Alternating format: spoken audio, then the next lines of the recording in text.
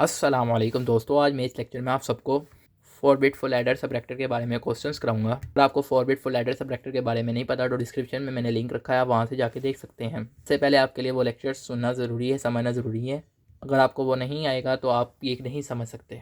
अगर आपको आता है तो बहुत अच्छी बात है, तो फिर मैं आप कंटिन्यू करता हूँ। अब इसमें जैसा कि हम जानते हैं, एम जो होती है वो एक इनपुट होती है जो या 0 होती है या 1 होती है, और इसे हम मोड इनपुट भी कहते हैं। तो इसने बताया हुआ ये क्वेश्चन है जिसमें हमने बताया कि मोड इनपुट एम है। इसी तरह ये आपको चीज़ें गिवन देगा, 2 इनपुट्स देगा ए और बी, जिस तरह के यहाँ पे ए और बी की वैल्यू दी हुई है। अब वो कहता है कि अब एम जो है वो मैंने बताया था जैसा कि या वो 0 होगा या 1 होगा, और हमारे पास total S4 S3 S2 S1 निकालना है।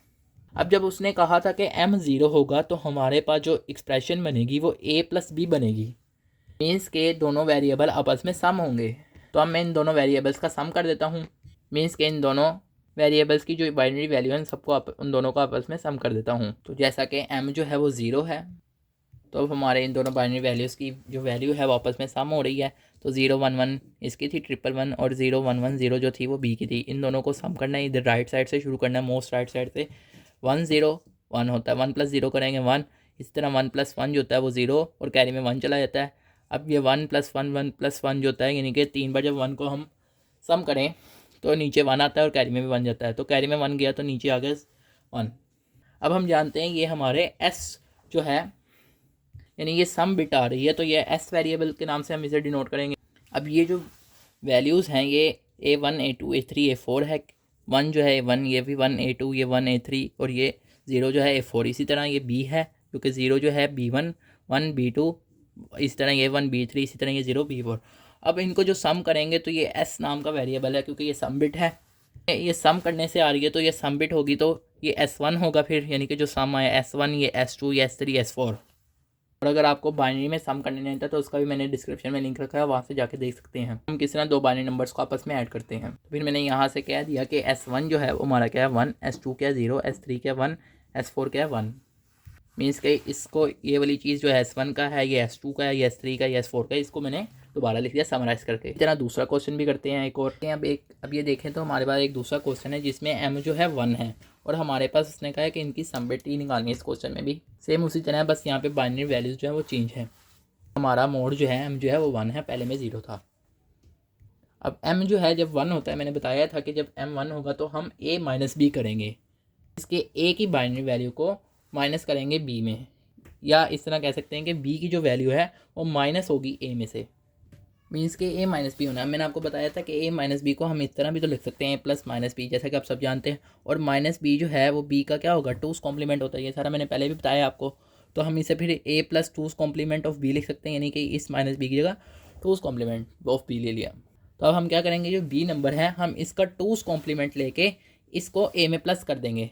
अगर आपको टूस कॉम्प्लीमेंट नहीं लेना था तो डिस्क्रिप्शन में मैंने लिंक रखा हुआ है, टूस कॉम्प्लीमेंट कैसे निकालते हैं और बाइनरी सबट्रैक्शन यूजिंग टूस कॉम्प्लीमेंट कैसे करते हैं, ये भी इसका भी लिंक रखा है। अगर आपको ये सब कुछ आता है तो बहुत अच्छी बात, अगर नहीं आता तो डिस्क्रिप्शन में से जाकर आप लेक्चर देख सकते हैं। 2-2 मिनट के लेक्चर हैं, कोई ज़्यादा लंबे लेक्चर नहीं है। मैंने इसका टूस कॉम्प्लीमेंट ऑफ बी लिया तो ये भी वही आ गया नंबर 0001, ठीक है।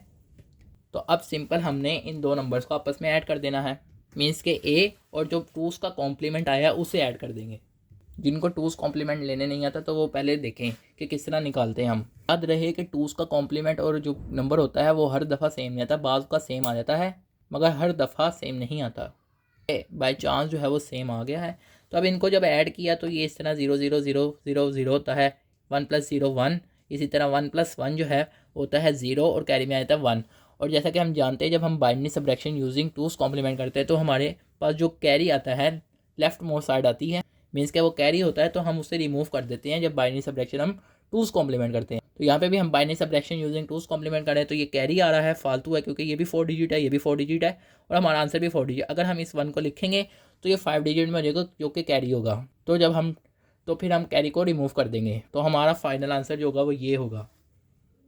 अब जैसा कि ये जो है ये B1 B2 B3 B4 को शो कर रहा है, इसी तरह ये जो है ये नंबर S1 ये S2 ये S3 ये S4 को शो करेगा और यहाँ से फिर हम S1 S2 S3 S4 की वैल्यू निकाल लेंगे। तो मैंने ये वैल्यू निकाल ली, S1 जो है वो 0 है तो S1 0, S2 भी 0 है तो S2 भी 0, S3 क्या 1 है तो 1, इसी तरह S4 जो है वो भी 0 है तो 0। अब मैं आपको एक क्वेश्चन देता हूँ जो आपने करना है और कमेंट में उसका आपने आंसर भी लिखना है। हमने ये लिखना है, फाइनल आंसर सिर्फ लिखना है कि S1 की वैल्यू क्या, S2 की क्या, S3 की क्या, S4 की क्या, बस ये लिखना है। बाकी ये आप रफ वर्क करना है, ये आपका रफ वर्क है, ये लिखने की ज़रूरत ही नहीं है। और सब दोस्तों ने इसका आंसर ज़रूर देना है, लिखना है मीन्स के कमेंट में, ताकि मुझे पता चले कि आपको कितनी हद तक समझ आई है। तो आपका जो क्वेश्चन है वो ये है कि M जो है यहाँ पे मैंने गिवन दिया है 1 है, A की वैल्यू ये है, B की वैल्यू ये है। आपने बस S0, S1, S2, S3, S4 की बिट निकालनी है और उस सबसे पहले आपको सारा प्रोसीजर करना पड़ेगा जैसे कि मैंने आपको बताया है। तो आपने बस S1, S2, S3, S4 की वैल्यू लिखनी है कमेंट्स में। अब एक और क्वेश्चन है कि कंस्ट्रक्ट करना है हमने एक 16 bit parallel adder with 4 MSI circuits. अब MSI सर्किट्स क्या होते हैं? MSI सर्किट जो है एक शॉर्ट फॉर्म है और इसे हम कहते हैं मीडियम स्केल इंटीग्रेशन। M का मतलब मीडियम, S का मतलब स्केल और I का मतलब इंटीग्रेशन। मीन्स के MSI की फुल फॉर्म जो है वो मीडियम स्केल इंटीग्रेशन है। अब ये क्वेश्चन को बाद में समझेंगे, पहले लास्ट एक लेक्चर मैंने दिया था जो कि 4 बिट पैरेलल एडर के बारे में था, उसमें एक चीज़ रह गई थी, तो वो चीज़ कंप्लीट करना ज़रूरी है, तभी आपको ये आगे मज़ीद समझ आएगा। वैसे भी वो मुकम्मल था यानी कि नहीं, लेकिन एक और स्टेप है एक्स्ट्रा जो करना ज़रूरी है। अगर करेंगे तो फिर आपको ये क्वेश्चन आसानी से समझ आएगा और इजीली। तो अगर आपने ये लेक्चर नहीं लिया हुआ या आपको नहीं आता, इसके बारे में कोई नॉलेज नहीं है, तो डिस्क्रिप्शन में मैंने इसका भी लिंक रखा है, आप वहाँ से जाके देख सकते हैं पहले ये लेक्चर। अगर आपको आता है तो बहुत अच्छी बात है। अब ये देखिए यहाँ मैंने कहा था कि 4 बिट पैरेलल एडर में 4 फुल एडर लगेंगे, मीन्स के जिस तरह ये 1 2 3 4। इसी तरह 16 बिट पैरेलल एडर में कितने लगेंगे? 16 फुल एडर लगेंगे। तो अब हमने उसमें 16 फुल एडर नहीं लगाने, बल्कि उसको मिनिमाइज़ करना है डायग्राम को, क्योंकि इस तरह तो डायग्राम बहुत लेंथी हो जाएगी जब हम 16 फुल एडर लगाएंगे। इस तरह हमने हाफ एडर में और फुल एडर में एक ब्लॉक डायग्राम बनाई थी हाफ एडर में, इसी तरह यहाँ पे भी इसकी एक ब्लॉक डायग्राम बनेगी, तो वो समझने आपको आगे आसानी है। अब ये देखेंगे इसकी ब्लॉक डायग्राम है, ये किस तरह है ये आपको मैं बता दूँ। देखें, एक A वाला है section A0, A1, A2, A3, इसी तरह B0, B1, B2, B3, इसी तरह हमने लिख लिया। जो A वाले थे इनपुट्स उसके लिख लिए, A इनपुट्स लिख लिए, इसी तरह B इनपुट्स। अब ये इनपुट्स है, इसी वजह से इनका एरो डाउनवर्ड है तो ये भी डाउनवर्ड, लेकिन ये भी फ्रॉम की तरफ एरो है और ये 2 की तरह, यानी ये इनपुट्स वाला एरो इंडिकेट कर रहा है। ये देखें ना डायग्राम किस तरह मिनिमाइज होगी। और ये देखें एक तो इस तरफ C इनपुट है जिसको हम C0 भी कह सकते हैं या C0 भी कह सकते हैं, जैसा कि यहाँ पे C0 है या C इनपुट, इसे C0 को C इनपुट भी कहते हैं क्योंकि ये पहली इनपुट है। और ये देखें ये असल में इज इक्वल 0 है, क्योंकि हमने पढ़ा था कि ये जो होती है ये 0 होती है। इसी तरह देखें तो हमारे पास एक आउटपुट भी निकलती है, जिसे मैंने बताया था यहाँ पे C4 होती है और इसे C आउट भी कहते हैं या C4 भी कहते हैं। और इस तरह हमारे पास ये आउटपुट्स निकलती है S0, S1, S2, S3, ठीक है। अगर आप यहाँ पे देखें तो S4 भी है, ये तो वैसे ही है, ये ज़रूरी नहीं कि निकले, बाज़ का निकल भी जाती है, लेकिन जो 4 बिट पैरेलल एडर होता है उसमें हम S4 को ज़्यादातर कंसीडर नहीं करते, उसका करना पड़ता है, वो क्वेश्चन के मुताबिक होता है। तो ये क्वेश्चन के मुताबिक है, लेकिन ये एक जनरल डायग्राम है, तो इसको आपको बनाना आना चाहिए। मैंने आपको बता दिया कि किस तरह बनती है। तो ये जो 4 बिट पैरेलल एडर की ये जो ब्लॉक डायग्राम है, इसे ही हम MSI सर्किट भी कहते हैं। तो मेरा लास्ट लेक्चर था वो कंप्लीट हो गया, मीन्स के 4 बिट पैरेलल एडर वाला जो लेक्चर था वो अब कंप्लीट है। वैसे भी वो कंप्लीट था, लेकिन ये एक एक्स्ट्रा स्टेप था जो इसे मजीद कंप्लीट कर देता है। अब आपको ये क्वेश्चन ज़्यादा बेहतर समझ। अब यहाँ पे लिखा हुआ है कंस्ट्रक्ट आ 16 बिट पैरेलल एडर। हमने एक 16 बिट पैरेलल एडर बनाना है। किस तरह बनाना है? 4 MSI सर्किट यूज़ करके। मीन्स के हमने इस तरह के 4 MSI सर्किट यूज़ करने हैं, यानी इस तरह के 4 पैरेलल एडर यूज़ करने हैं, पैरेलल एडर 4 करने हैं यूज़। और उसने हिंट भी हमें दी है कि हर MSI सर्किट में एक फुल एडर होगा 4 बिट का। तो ये देखिए, ये मैंने यहाँ पे भी आपको बताया है बात कि 4 बिट पैरेलल एडर होगा, तो उसने भी यही बात की है कि हर MSI सर्किट में एक 4 बिट पैरेलल एडर होगा, या 4 बिट पैरेलल एडर पर हर MSI सर्किट जो है वो मुश्तमिल होगा, हर एक MSI सर्किट पर। मैं डायग्राम बनाना शुरू करता हूँ इसी के मुताबिक। अब ये देखना, उसने कहा था ना कि 16 बिट पैरेलल एडर बनाना है जिसमें 4 MSI सर्किट होते हैं। तो ये देखें 1 2 3 4, तो 4 MSI सर्किट है। तो हमने 4 MSI सर्किट की मदद से बनाना है 16 बिट पैरेलल एडर। अगर हम देखें, उसने हमें हिंट दी हुई थी कि हर MSI सर्किट में 4 बिट पैरेलल है। तो ये देखें, ये हर MSI सर्किट में 4 बिट पैरेलल एडर है। कैसे पता चला? क्योंकि देखिए इसमें 4 टाइप्स हैं, यानी कि B0, B1, B2, B3, इसी तरह A0, A1, A2, A3, इस तरह। इसी तरह यहाँ पे D, E, इसी तरह F, G, H, यानी कि इन सब में देखें तो D0, D1 यानी टोटल 4 हैं, 1 2 3 4। इसी तरह इसकी भी E वेरिएबल की भी 4 टाइप्स हैं, मीन्स के E0, E1, E2, E3। अगर इस डायग्राम को समझ लेते हैं पहले किस तरह कंस्ट्रक्ट की है। ये देखें, अब ये जो है जैसा कि एक तो सिंपल ही है जो कि पहले भी हमने समझा हुआ है, A1, B1, इसी तरह A2, B2, इस तरह, यानी कि ये सारा उसी तरह है इसके इस डायग्राम के मुताबिक। अब ये यहाँ पे देखें C इनपुट है, इसी तरह C1, C2, C3, C4। अब जैसा कि मैंने आपको बताया कि ये एक MSI सर्किट है, यानी कि ये जो है ये एक MSI है, यहाँ पे 4 लगे हुए हैं। अब सबसे पहले ऐसे किया, ए वाली लिखी, बी वाली आगे पीछे कर सकते हैं, पहले चाहे ए वाली लिख लो चाहे बी वाली लिख लो, आपकी मर्ज़ी है।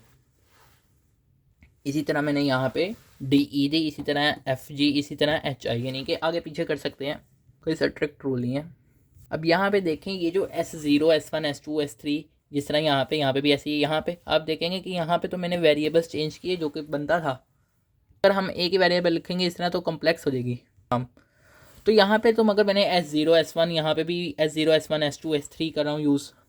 तो ये हर एक के लिए डिफरेंट ही हैं, लेकिन S ही इस वजह से यूज़ किया क्योंकि ये इन सब की सम बिट निकल रही है ना। मीन्स के इसकी सम बिट जो है वो ये ऐसे से ही शो करेंगे, इसकी भी ऐसे ही शो करेंगे, हम किसी और से भी कर सकते हैं, ये नहीं करेंगे तो फिर एक ज़रा कॉम्प्लेक्स वे हो जाएगा। जैसे मैंने S1 ऐसी जो वेरिएबल है उसी से शो किया। अब ये देखिए ये C इनपुट वाली मैंने इस डायग्राम को रिवर्स करके बनाया, मीन्स के इस डायग्राम के रिवर्स बनाया, मीन्स के इनपुट वाली साइड इस तरफ है और आउटपुट वाली साइड इस तरफ है। तो मैं इसे C इनपुट कह दिया और इसे C1 कह दिया। मीन्स के अगर इसे मैंने C इनपुट कहा यानी कि C0 कहा है, इसी तरह मैंने इसको C1 कह दिया, इसे C2, इसे C3। यहाँ पे भी मैं कर सकता था कि यहाँ पे AB वाला करता, यहाँ पे C कैरी के लिए कर देता है। इसी तरह यहाँ पे मैं E और D जो है और इसके बाद मैं यहाँ पे G कर सकता था, इसी तरह मैं कर सकता था, यानी कि नहीं, मगर C ही इस वजह से यूज़ किया क्योंकि कैरी बिट है, तो कैरी को अगर C से डिनोट करेंगे तो ज़्यादा अच्छा है समझने के लिए। और याद रहे कि ये जो C1 है ये इन सब के अंदर जो कैरी हो रहा है, यानी कि जो फाइनल कैलकुलेशन हो रही है उसके बाद जो कैरी बचता है वो है ये, शायद ये मे बी 0 भी हो सकता है, ये 1 भी हो सकता है। ज़रूरी नहीं कि ये 0 ही हो या 1 ही हो, ये 0 भी हो सकता है 1 भी हो सकता है, जैसे कि मैंने कुछ क्वेश्चन में पहले समझाया था। तो C और S इस वजह से ही सेम रहे क्योंकि ये C जो है ये कैरी बिट को शो करता है और S जो है वो सम बिट को शो करता है। तो इस वजह से ये जो है ये इस तरह ये C1 इससे कनेक्ट है, इसी तरह ये C2 जो है ये है, इसी तरह C3, ये सब ऐसे हैं। याद रहे कि ये जो C3 है ये C2, C1, C0 ये वाले नहीं है, ये इससे डिफरेंट है। मीन्स कि यहाँ पर जो C1 वर्किंग कर रहा है, यहाँ पे C1 वर्किंग कर रहा है, ये दोनों आपस में डिफरेंट है। ये डिनोट करने के लिए सिर्फ मैंने ऐसे शो किया है। अब इसको थोड़ा सा मज़ीद इन डेप्थ में जाके समझते हैं। ये देखें, अब जो भी 4 बिट पैरेलल एडर होगा उसमें एक C इनपुट होगी, यानी कोई इनपुट होगी कैरी की, और इसी तरह ऊपर भी 2 इनपुट्स होंगी, 2 डिफरेंट वेरिएबल्स की इनपुट्स होंगी, यानी कि 4 किस्म की, क्योंकि 4 बिट पैरेलल एडर है। और फिर हमें वो 2 किस्म की आउटपुट देगा, एक कैरी में देगा कैरी फॉर्म में, एक हमें सम बिट में देगा। तो ये चीज़ मेमोराइज़ कर लें कि ये कैसे है। हमें टोटल ये देखें तो 9 इनपुट्स दे रहा है, मीन्स का ये देखें 1 2 3 4 5 6 7 8 और 9, ये टोटल 9 इनपुट्स हैं और हमें टोटल 5 आउटपुट मिल रही हैं। ये देखें 1 2 3 4 5, तो हमें ये 5 आउटपुट मिल रही है। मीन्स के ये 9 इनपुट्स लेता है और 4 आउटपुट देता है। मीन्स के यानी 9 डिफरेंट वेज में वो इनपुट लेता है और 5 डिफरेंट वेज में आउटपुट को शो करता है। डिफरेंट वे का मतलब ये नहीं कि डिफरेंट ही होगा बिल्कुल। मीन्स के यूँ है कि A0 की वैल्यू 0 हो, इसकी 1 होगी, इसकी 2, इसकी 1, इसकी 0, यानी कि सबकी एक जैसी नहीं होगी, कुछ सेम होगी कुछ डिफरेंट होगी। इसी तरह यहाँ पे हो रहा है, सबसे पहले हमें ये वाली इनपुट मिली, इसी तरह ये 4 इनपुट्स ये, 4 इनपुट्स ये, और उसके बाद उसने हमें 5 आउटपुट दी, ये इस तरह 4 इधर और 1 इधर, फिर ये लगी, फिर इसके बाद ये इसके लिए जो है आउटपुट है और इस MSI सर्किट के लिए इनपुट है। इसी तरह यहाँ पे भी ये इसके लिए इनपुट है और इस सर्किट के लिए आउटपुट है। इसी तरह ये जो चीज़ है ये इसके लिए आउटपुट है और इस सर्किट के लिए इनपुट है। उम्मीद है कि आपको ये डायग्राम समझ आ गया किस तरह बनती है। तो अब ये देखो ना, हिंट में यही कहा था ना कि डायग्राम में जो है हर ब्लॉक डायग्राम में क्या होगी, 9 इनपुट्स होंगी एंड 5 आउटपुट्स होंगी हर एक 4 बिट एडर में, यानी कि हर एक MSI सर्किट में। तो यहाँ पे देखें ना, हर एक में क्या है, 9 इनपुट्स हैं, यानी कि ये 4 इनपुट्स ये 4 ये और एक ये 9 हो गई। इसी तरह 5 आउटपुट आ रही हैं हर MSI सर्किट में। इसी तरह अगर इसमें देखें तो 1 4 और 4 ये 9 इनपुट्स हैं और ये देखें 4 और 1 आउटपुट है, यानी कि 5 आउटपुट हैं। तो इसी तरह यहाँ पे भी देखें तो यहाँ पे भी देखें तो यहाँ पे 1 इनपुट, इसी तरह 4 ये इनपुट, 4 ये 9 इनपुट और 5 आउटपुट, 4 और 1 5, इसी तरह ये भी। तो ये सब इसी तरह होते हैं। इसको भी देख लें, 4 ये 8 और 1 9, तो 9 इनपुट्स ही आनी है और इसी तरह 5 आउटपुट। तो यही उसने कहा था ना कि ब्लॉक डायग्राम बनेगी जिसमें 9 इनपुट्स होंगी और 5 आउटपुट होंगी हर 4 बिट एडर में। और 4 बिट एडर का मतलब ये है कि हर एक 4 बिट एडर का मतलब हर एक MSI सर्किट के, उसने बताया कि हर MSI सर्किट में क्या है, 4 बिट पैरेलल एडर है। तो उम्मीद है कि आपको समझ आ गया कि किस तरह डायग्राम को कंस्ट्रक्ट करना है। आप सब दोस्तों का लेक्चर सुनने का शुक्रिया।